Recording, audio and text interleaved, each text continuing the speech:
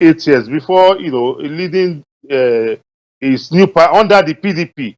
He was governor under the PDP until he defected around 2014 thereabout to the APC, and he was part of the frontline members of the APC that led the APC to victory in the 2015 general election. And since then, he has had a running battle with the current governor of the state, His Excellency Yeson Wike, who is of the PDP. And since 2015, there has been no love lost between both camps, that's the PDP and the APC. But sadly, the rumble about inspection of or getting certified true copy of documents from INEC, I think is totally uncalled for. For you to get certified true copy of documents for INEC, you must come armed with a court order, with a court permission. So I don't think it is right for anybody or any party to debar another party from exercising its right as guaranteed under the law. A political party cannot just approach INEC and say you must give us a copy of your certified true copy of materials. How the law permits INEC to have done that at the election stage, at the polling stations, at the ward level, at the ward collation center, at the local government collation center, as well as at the state collation center. So if you are looking for any other document, you need a court, a court order to do that. So if a party has gotten a court order to go and inspect, and another party is, debarring such a party, I don't think that is democratic. That must be condemned. If any party wants to access INEC materials, they know what to do according to law. It does not speak well of our democracy for people to come and debar a person or a party that has been granted access by law, because we operate a constitutional democracy and it behoves on all of us to play according to the rules. And what are the rules? The rules are that we must comply with the provisions of the Electoral Act as well as the Constitution in conducting our affairs. In that way, we'll be able to prevent breakdown of law and order. We'll be able to prevent, animosity that could, ensue between, parties and as well as individuals. So for me, the Buhari in Rivers State is not doing our democracy any good. It's a sad commentary on our democracy, and we cannot, but at this junction, call on all parties to respect the all right. Constitution. Since you've mentioned democracy, let's now talk about that, because while both parties, were seeking access to certified true copies of election documents, a clash broke out on Tuesday, at the Port Harcourt office of the electoral body INEC, where someone allegedly died. Now, couldn't that face-off have been avoided? Because incidents like this have become quite common in Nigerian politics. So can the country, or should I say the major political parties in the country, not practice peaceful politics? Well, it's unfortunate that we practice politics of irresponsibility, because I don't see how you're going to access, a material that is already in public domain, and, can lead to you manipulating it or altering it. They must recognize that if INEC is giving you a copy of a material, INEC has over 20 copies of that material, warehouse in its, in its arsenal. And the PDP going there to debar the APC, it's not right. If the PDP wants to access those materials, they know what to do. The PDP is not a law enforcement agent. The responsibility for providing security at INEC or within the geographical territory of Nigeria lies solely with the Nigerian police. So what any party is doing with regards to debarring another party and leading to a breakdown of law and order that has resulted in maybe termination of somebody's life is something that we must all condemn. The parties must recognize that every political party has a right under the law to access INEC materials based on getting permission from the court of law. That is what the Electoral Act says. As I sit down here, even if I'm a candidate of a party, I cannot just go to INEC and say I want to access a material. For me to be able to do that, I need to get the permission of the law. And getting the permission of the law means getting an order from the court to do that. So anybody doing otherwise, this politics of I will stay on the road, I will provide the blockade for my political opponents, that is not the way to practice democracy. Democracy should be about flourishing of ideas. It should be about, exchange of, ideas to enrich and deepen the process rather than this resort to fistcuff, this resort to violence, which is absolutely condemnable. Is it also possible that the bad blood has been created because the APC presidential candidate Bola Ahmed Tinubu, who is now the country's president-elect, had a successful run in Rivers State, which we know is PDP's stronghold? Is it possible that this created the bad blood we're witnessing right now? Well, a lot of things are possible, but don't also forget that the PDP in Rivers State, led by the incumbent governor Nyesom Wike, is part of the G5 governors of the PDP who splitted the party because of their grievances with regards to the southern presidency, which they have all cried foul about. That the party, their party, the PDP, has violated the rules, and the governor of Rivers State made it very clear that is home and dry with southern presidency. So this call by the governor for a southern presidency must have been what led to some of his members of his party voting for the APC candidate, and the APC candidate who is the president-elect today. So in doing that, don't forget that there are some members of the party who were led by the former minister of transportation, who has been alleged to have been working with the opposition, which is the PDP. And if the governor, as the leader of the PDP in Rivers State, is swinging in one direction, and a member of the APC is also swinging in another direction against his party, there will definitely be a clash of interest. And even if there will be this clash of interest, one expects this clash to have been expressed by the votes of the people, as counted and the declaration made by INEC, rather than this resort to bad blood, resort to violence. We can disagree, but the beauty of democracy is that you have a right to toe whichever line you want to, without ill feelings, without resorting to self-help. And at the end of the day, whoever the majority of the people have decided to pitch their tent with will be declared the winner by the electoral umpire, and that is exactly what has happened. So it is not unlikely, like you have rightly said, that some aggrieved forces within the APC who are on the other side, their interest is clashing with the PDP, with some members of the PDP as led by the governor, who are on this side, and that crisis has continued to linger on, and it is a result of that crisis that we continue to see, even with regards to the right to inspect certified true copy of election materials at INEC by the APC.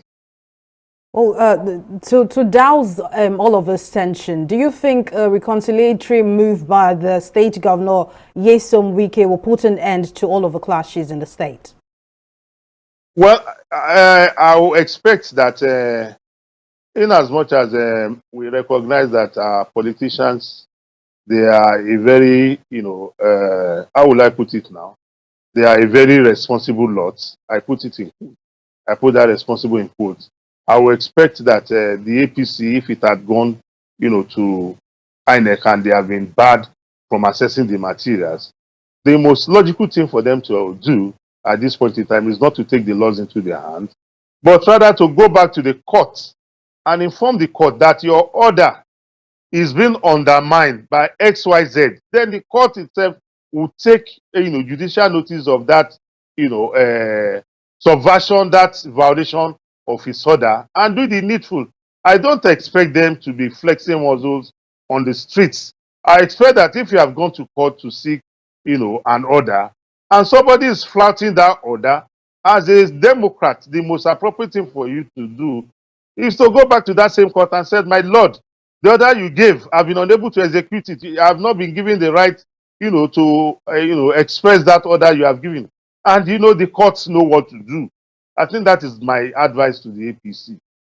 All right, now, Nelson Kujumi, political affairs analyst, thank you very much for your time and your insight. Thank you very much for having me. All right, now we'll take a break now and be right back. Do stay with us.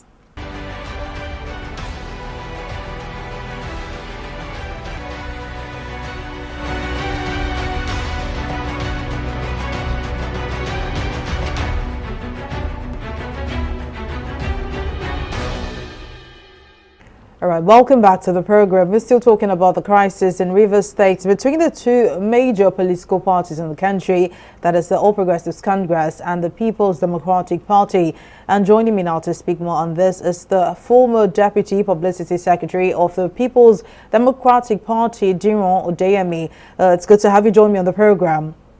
Now, what are your thoughts on this seeming bad blood between the PDP and the APC in Rivers State? Although, of course, as opposition parties, they cannot be on the same page. But do you think the animosity is taking a turn for the worse? I think this is expected in a normal political setting. But rather than allow it to degenerate into a physical attack, whereby lives are being lost, is what I detect. Politically, and during campaign, you are bound to sing songs, against each other. Songs that are like a campaign for people to vote for your political party. But it shouldn't go beyond that. It should not resort to physical attack. And I would rather say that the security agencies have not been up and live to their duties and responsibilities. If they are, what we should be talking about now is not the crisis between APC or PDP. It's about the arrest that has been made against the perpetrators of people who are out to foment trouble. That is what I can say about that for now. Right, but let's talk about the face-off between the APC and the PDP. Allegedly, members of the PDP stopped the APC from gaining access into the INEC office to access certified true copies of election documents. Do you think this clash somehow could have been avoided by both parties? Of course, it could have been avoided. I want to believe that in virtually all INEC offices, we have security operatives guiding them. If access is being given to APC, there is nothing wrong in PDP saying, yes, if you want to access this document, let us be there as witness so that we know what you are doing. And if it is on the part of the PDP, there is nothing wrong if APC says, yes, we want to witness whatever it is we are doing, so that there will not be any collaboration between one political party and INEC. It is normal. But I think they still have to go through the court process to obtain this permission. And once the permission is granted, either individually to the political party or to each of the political parties, there should be a clause whether the two of them can witness the inspection at the same time or separately. Once this is not clear, once this is not separated, I think this is where we have the clash. And it is very wrong to say it is the PDP that caused the problem. No, I disagree with that. But in the face of the unrest in Rivers State that we're currently witnessing, do you think a reconciliatory move by the state governor, Nyesom Wike, will in any way douse tensions between the two parties? I think if that could be done, Wike will be playing the fatherly role as the governor over all the citizens of the state. So there is nothing wrong if such moves are made.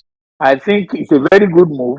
And I expect APC to reciprocate that by, aligning themselves with reconciliation moves and ensure that they stop all this bickering and all this physical attack, of innocent citizens. All right, you mentioned something about security in the country, and we know that most of all of this fracas leads to loss of life. So what do you expect of security personnel in the country to do to prevent a situation like this from happening again? I want to believe that the institution called security in Nigeria has broken down a long time. And I lost confidence in them the moment I read about what the DSS put out. That some people were planning interim government. I don't believe in DSS, issuing the release about people planning. What I expected of them is to have made arrest. So that is just by the way. Where is the investigative aspect of security in this country? For people to move from one destination to another, for them to move from one place to INEC office, there should have been security, there should have been information, available to the security agency to prevent them from clashing. That's what I mean. So the security operatives, I believe, have not done their homework or are not doing a good job in Rivers State. And that is why we see this kind of a situation happening. Not even only in Rivers, generally in Nigeria. Because the process of an election is, if you lose an election, you go to the tribunal. But once you allow people to start staging protests here and there, that's another thing that is coming up, which will not help our democracy. You can't win an election through protest, and you can't achieve anything through protest other than go to the tribunal and argue your case out. But you see people, coming out to say we are protesting against the outcome of this result, which is very novel in our democracy. And I expected the security agencies to have nipped this in the bud so that it doesn't escalate. But what do we see? It happened in one state, it's happening in another state, and is now the norm in the whole country, which I don't believe should be the practice. Saying that now, once security personnel perform their duties, this political crisis in Rivers State will be resolved. Is that what you're saying? That is exactly what I'm saying. Well, all right now, Diron Odeyemi, former Deputy Publicity Secretary of the People's Democratic Party, thank you very much for your time. Thank you very much for having me. Well, that's a program this week. Thank you for watching. I am Mary Kanu.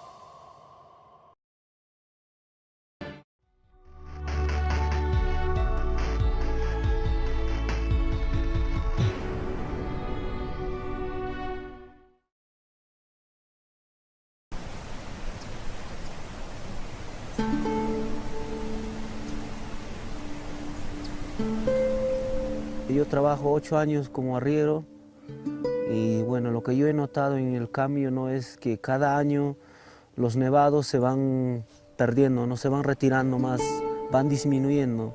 Eso es algo que no podemos recuperar, ¿no? Creo que de aquí 30, 40 años ya no va a haber nada.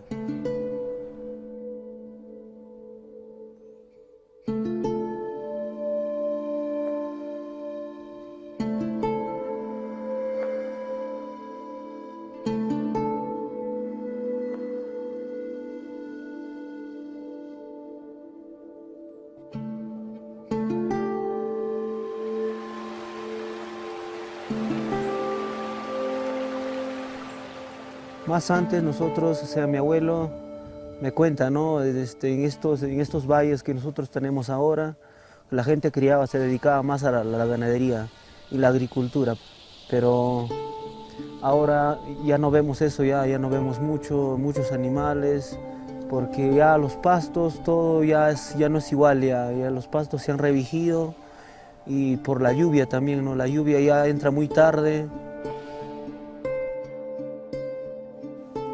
Por eso ahora mi comunidad ha optado por criar limitado ya cada persona con 5 o 6 burritos y menos vacas, menos ovejas y bueno, adecuarnos a nuestra vida actual, ¿no? Si usted se fija en este mapa, usted va a poder ver una delimitación roja, ¿no? Que básicamente nos muestra hasta dónde llegaba el sistema Huascarán. Este es el sistema Huascarán en el 62. En 54 años la Cordillera Blanca ha perdido un promedio de 38% de cobertura glaciar. A nivel del Perú tenemos una pérdida de el 53%. Entonces estamos hablando de la mitad, mucho más de la mitad. Y seguimos con una tendencia agresiva de pérdida sobre estos recursos que todavía no sabemos cómo gestionarlos.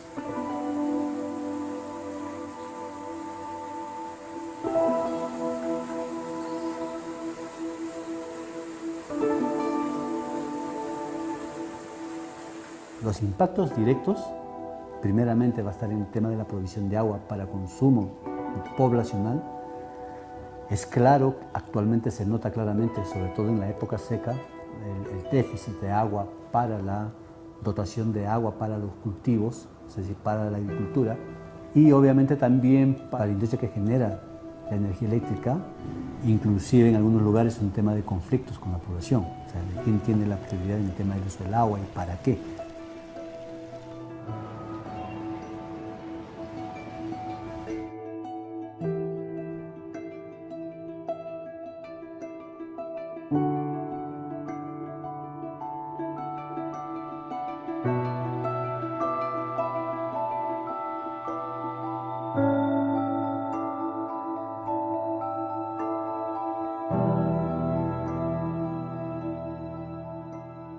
Más adelante no sé qué va a ser de nuestra existencia, porque este es el fuente de vida para nosotros, lo que vivimos aquí en la sierra, ¿no?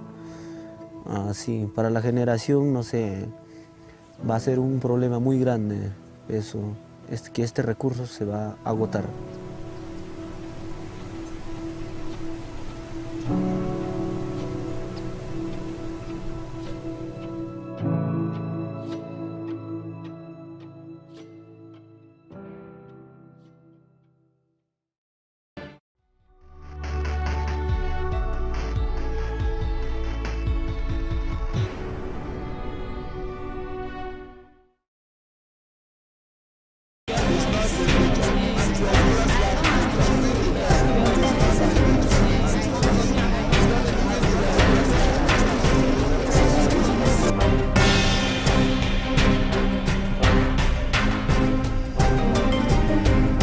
I met a friend on Facebook, a Zambian precisely, so we talked about migration, that's me coming over to Zambia for a good job. So I was into fumigation and clothes selling, mobile sales before I left.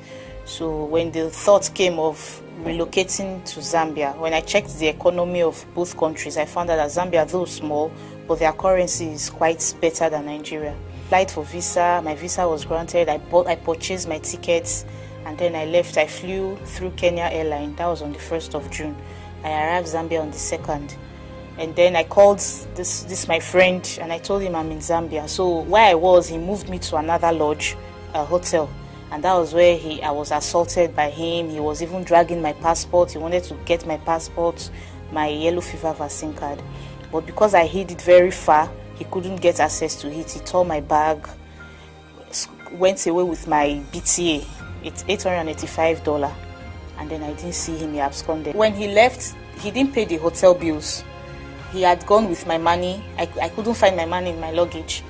So when I noticed that things were not what we actually planned, I had to become friends with a gardener boy in that hotel. So that previous night, I was asked to move out of the hotel because he didn't pay the bills. But I noticed that he and the receptionist were in good accordance, So I tried asking the receptionist, did that man tell you he was going to come back? He said no, and he's owing for a night, that I can't stay in that hotel. So they had to seize my luggage, seize my properties. I had to look for where to sleep. So that fateful night, I slept in an abandoned vehicle where I was almost gang raped by 3 guys. I had to start this Nigerian movie. I'm with HIV, I'm with this, I'm with that, So you want to, sleep with me and all that. So they made away with my travel documents, my return tickets and all that. They thought it was an envelope of money. So they went with it after tearing my jean and all that. But they couldn't have access to, because I started shouting. That was around 3 o'clock in the morning. I started shouting, creating scenes, so they ran away. When you leave Nigeria, and I left genuinely, but what I proposed wasn't what I got. So it was while I was in Zambia I discovered I was human trafficked. you know. So it's real, it's real. It's real. When you go, you come back, you are alive, you just say, God, I thank you, and you pick up the pieces of your life and start all over.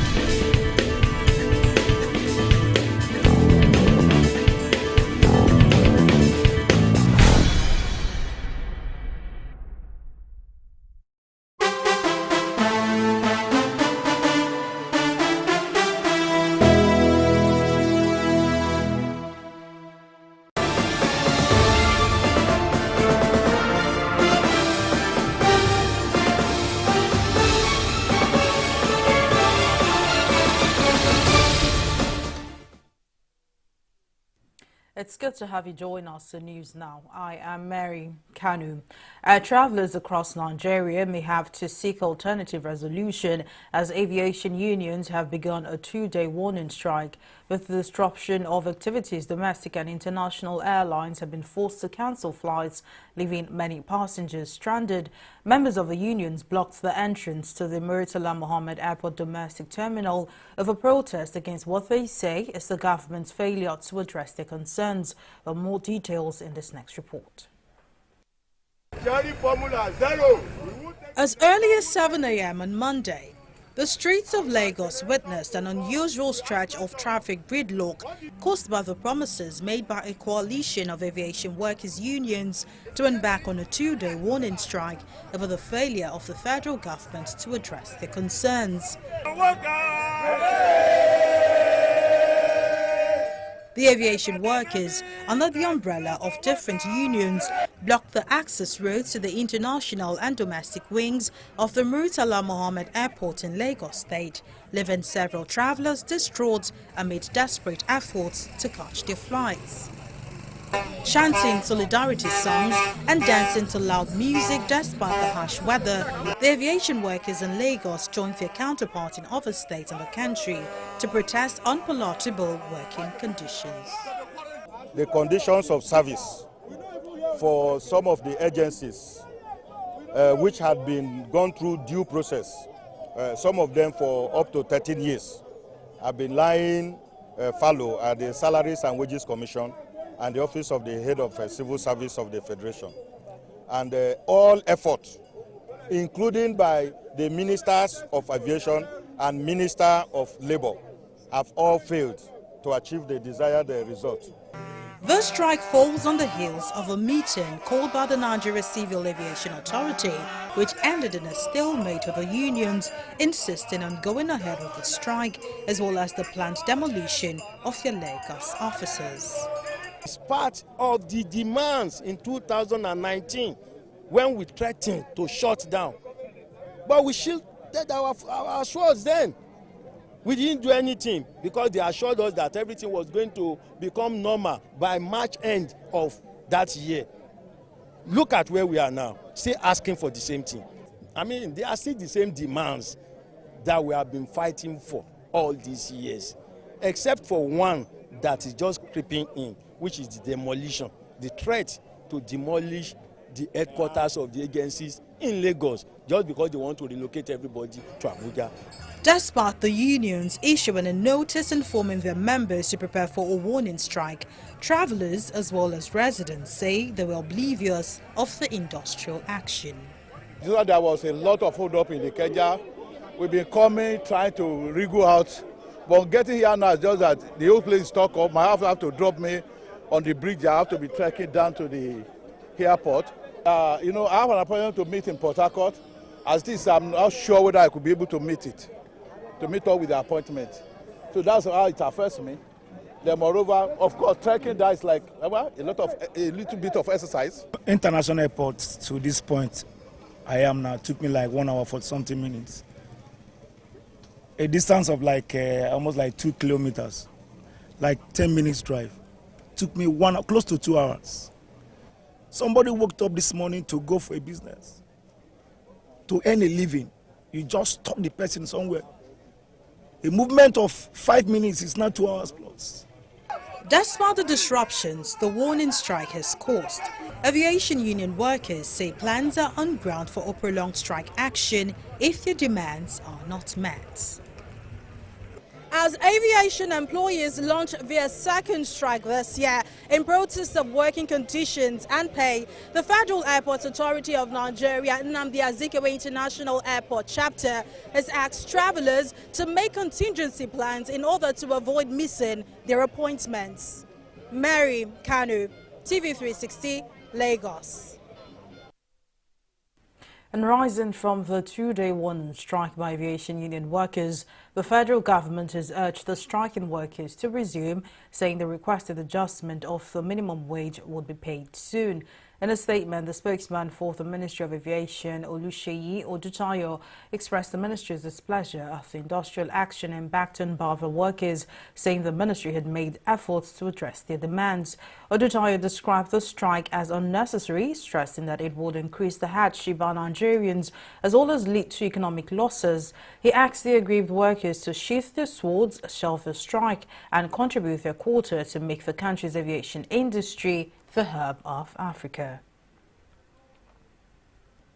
And Justice Hamza Muazu of the Federal Capital Territory High Court has refused to vacate an interim order restraining the national chairman of the Labour Party, Julius Abure, the national secretary, Farouk Ibrahim, and 2 orders from parading themselves as leaders of the party. Justice Muazu rather fixed April 20th to take all applications in respect of the case amidst a call by counsel of the embattled national offices of the party to have the matter heard speedily. For counsel to Abure, Alex Ejesieme had prayed the court to vacate the interim order and restore a semblance of sanity after a takeover of the Labour Party National Secretariat by another faction. The senior lawyer said the division in the party following the interim order had worsened to the point that 4 groups in the Imo State chapter of the Labour Party held parallel primaries. Justice Muazu, by way of intervention, however, ordered all parties in the suit to ensure speedy filing of the processes for a speedy hearing of the case. And a coalition of Tinubu support groups and the Southwest Good Governance Agenda have endorsed Ahmed Mokhtar Batara as Speaker of the Federal House of Representatives. The Executive Secretary of the group made this known while speaking at a rally held in Lagos to endorse Batara for the speakership of the 10th Assembly. The group's assertive that the task ahead of the president-elect is daunting, requiring all hands to be on deck towards delivering the mandate of a better Nigeria for all. The coalition of Tinubu support groups and the Southwest Good Governance Agenda is holding the rally to press home our support and endorsement of Honorable Ahmed Mokhtar Batara for the speakership position of the 10th National Assembly. Our position is hinged on the necessity of having the best hands and team to work within that onerous task ahead of our president-elect. As a group, we are convinced beyond reasonable doubt that the Honorable Ahmed Mokhtar Batara indeed possesses the right temperament, experience, and composure to lead the Federal House of Representatives in a manner that would complement the effort of the executive arm of government towards delivering the dividends of democracy to Nigerians. The World Health Organization says Nigerians will not experience any health complications if physical exercise is accorded due consideration.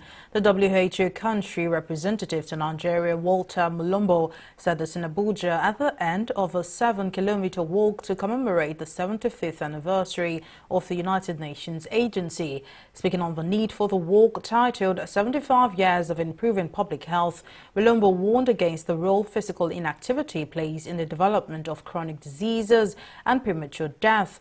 He called on the Nigerian government to prioritize health towards achieving the Sustainable Development Goals in the country.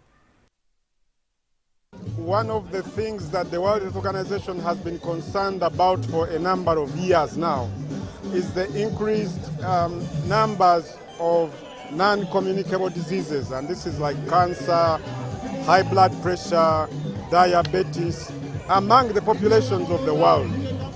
Physical exercise, a minimum of 30 minutes 3 times a week, is important for every human being. As our work continues to change, we are no longer in the farms, many of us are in offices, we don't do a lot of physical exercise, and that leads to disease conditions. So we wanted to do this walk to celebrate the World Health Organization and to show one of the priorities of the organization of making sure that people do physical exercises to limit the prevalence of non-communicable diseases. It's not about what we did the last 75 years. It's about what we'll do the next 75 years. It's not about what we did the last 5 years. It's what we will do for the world the next 5 years. It's not about yesterday. It's about tomorrow and the future. So we want to use it to remind the world that nothing can beat physical exercise, especially as we are seeing the demographic transition with more older people.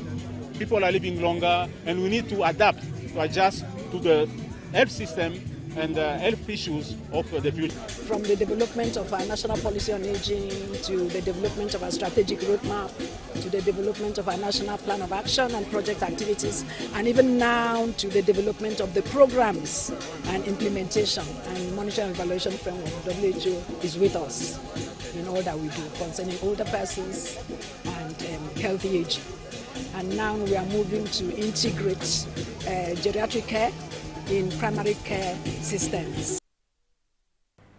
As part of its commitment to the development of the creative industry, the Society of Nigerian Artists Lagos State Chapter has signed a Memorandum of Understanding in collaboration with Sterling Bank PLC in Lagos State. The Society has also collaborated with DigiRad's Art Tech Company, which will help move the SNA into the 21st century digital space for broader access and bigger art sales opportunities. According to the SNA, the partnerships will aid broader access as well as better art promotion and sales opportunities. Well, more details in this next report. A lack of legal practitioner backing, individualism in the trade, and devaluing of artworks are top on the list of challenges bedeviling the Society of Nigerian Artists. To solve the challenges identified within the sector, the administration has kick-started the commissioning of the SNA Lagos Legal Representative, a corporate partnership between SNA Lagos and Sterling Bank, as well as art tech company DG Rails. Giving reasons for the partnerships, the chairman of the SNA Lagos State Chapter says it will give members of the society a new exposure into the world of business and tourism. The visual art is supposed to be the head in creative industry. So we need to take the lead by doing what we should do, by partnering with people. If the members are well-to-do, meaning the society will have more value, the members will have more value, and will become a brand. On his part, the General Secretary of the SNA in Lagos says the partnership with the business-oriented entities will attract tourism patronage. And this partnership is going to go a long way in helping the society as well as projecting the arts of Nigeria as SNA in a body form now to the whole wide world, not as individuals. Artists, unpicked numbers of handful numbers of artists have been able to get to that limelight. They have the representation, but as a group we need to move, which will give us a leverage that will lead us to a greater height. The partnership is also expected to promote and enhance marketing strategies in the sector and improve revenue generation as part of moves to revamp the industry and bring it up to pace with contemporary age. We've created some offerings that the artists can actually enjoy from Sterling Bank, some form of personal loan, curated, customized financial offerings. And like I said, it is not just financial offerings. We want to expose them, we want to make them scale. We have digital e-commerce platform that we want them to leverage on. Our major goal here is to form an alliance, right? And the way we're going to achieve this is by understanding how does the art business actually work? How do the artists get to create their masterpieces, and what are, all of the funnels that are within that particular sector? Then we would come from our financial standpoint to prefer them with solutions that will further enhance, the society in itself in terms of their image, and of course projecting art as a creative sector as well as a lucrative business. With the new signings, the SNA's Project New Dawn will largely improve on branding, building competent digital platforms, thereby adding more value to the sector. Simisola Adugu, TV360, Lagos. We'll take a break now and be back with more stories. Stay with us.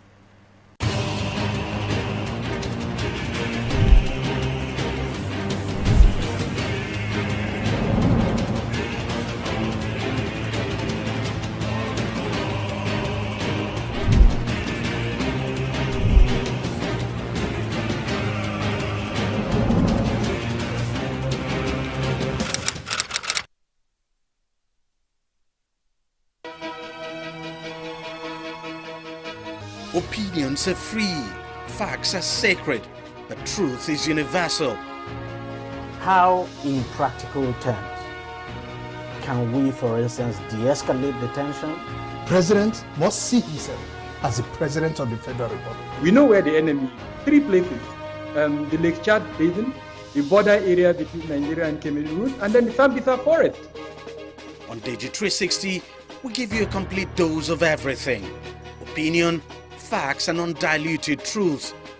I hardly believe what politicians have said in this part of the world. A new Nigeria is possible, a future is possible. We delve into the issues, dissect it so that you can understand it, use it to take action. I don't think there's any need for any governor to look for grant for ranching. TV360, dissecting the issues.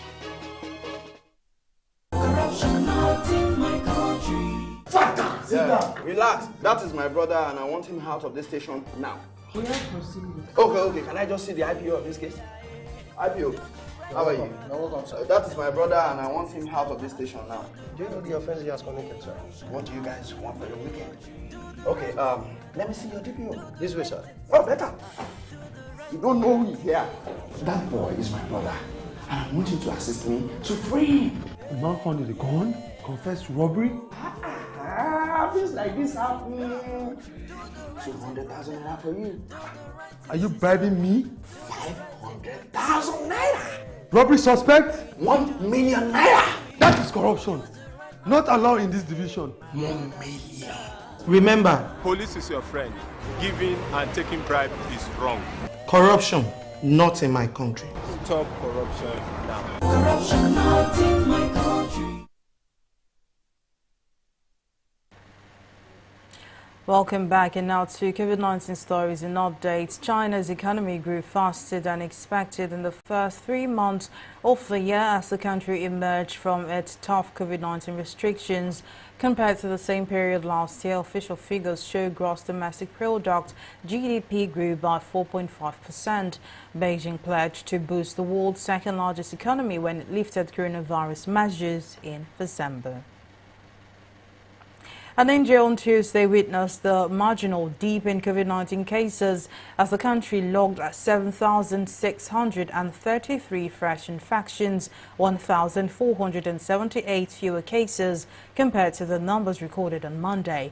According to data released by the Union Health Ministry, around 436 cases of Omicron's mutated subvariant have been detected across 18 states and union territories. With 11 deaths recorded, the death toll has increased to 531,152.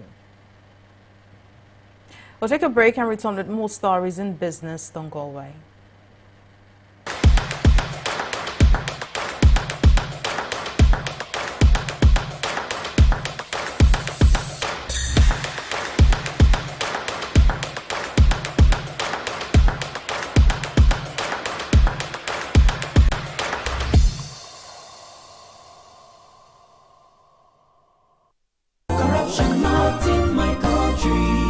Hello?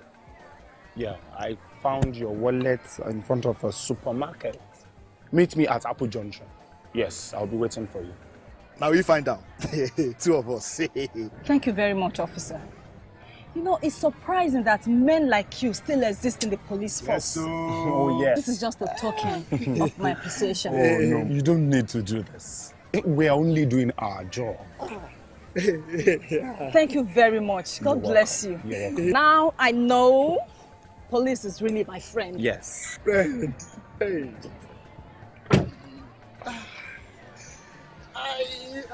Which came up with this one? I don't understand. You know your problem. You are greedy. I'm a policeman who is doing his job. All forms of corruption in the force. Not in my country. Corruption not in my country. In the last 3 years, we have built a multi-purpose center, which is the envy of all in our constituency. And I can tell you that the people who are living there are already enjoying it. Guy, do you think what this man just said is true? See, I seriously doubt. I'm sure it's one of those their silly lies. Wait, do you know there's a way to find out if these things he's saying is true or not? This is the Construct app. It gives people like us a sure way to track implementation of constituency projects. It gives valid and verified information on location of projects, amounts allocated, amount funded, the level of job done, and even the profiles of concerned legislators. You and I can post directly on this app. Are you serious? This is the Go-To app if you want to know how our Commonwealth is being expanded by the government. Wow. Let's even see if what this man said is true. Show me. The Construct app is developed by Other People Nigeria with support from USAID and is available on both Google Play Store and Apple Store. And it's true. Of course, I told you. And now in business, the Asset Management Corporation of Nigeria, AMCON, says it has taken possession of assets belonging to Glano Nigeria Limited over an indebtedness valued at 2.4 billion naira.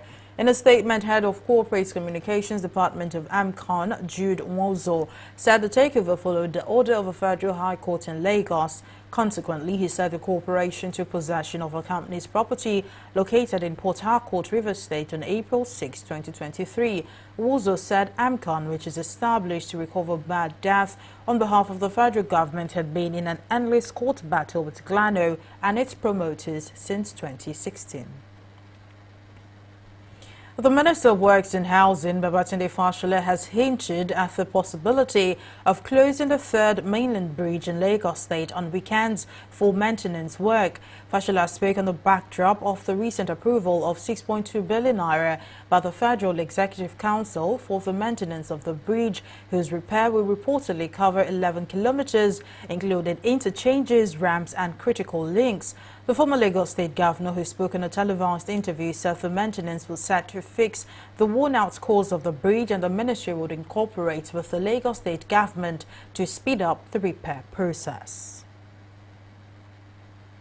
And oil prices firmed slightly on Tuesday after falling 2% in the previous session as stronger economic data from the world's largest crude importer, China, underpinned the demand outlook.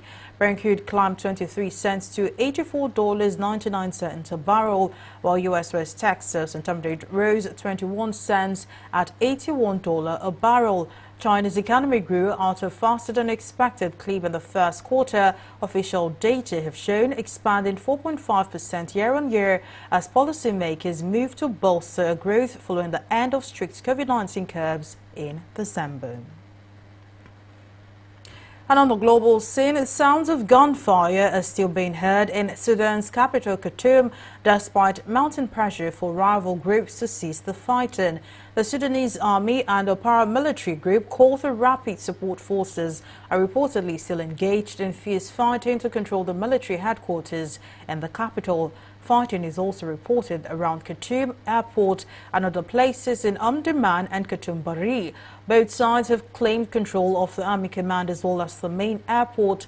There have been multiple international calls for an end to the fighting, which is now in its fourth day and has led to nearly 200 deaths. It's now time for Entertainment Report.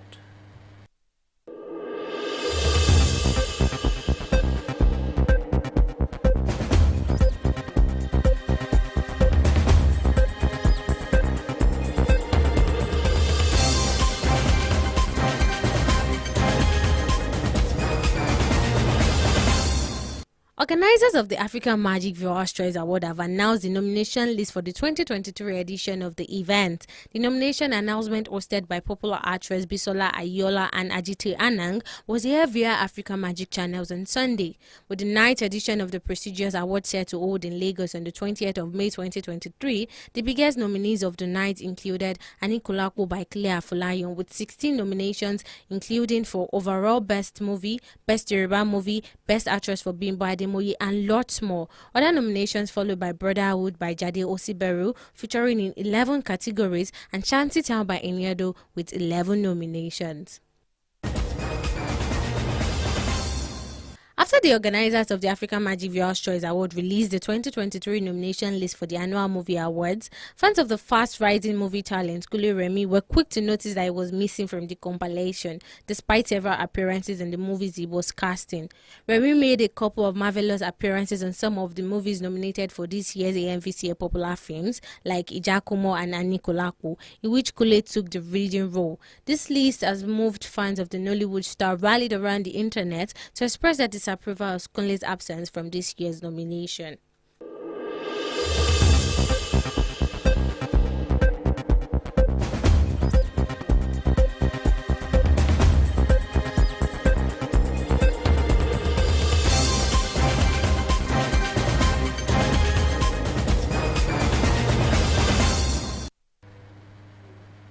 And now in sports, Argentina will host the Under-20 World Cup from May 20th to June 11th.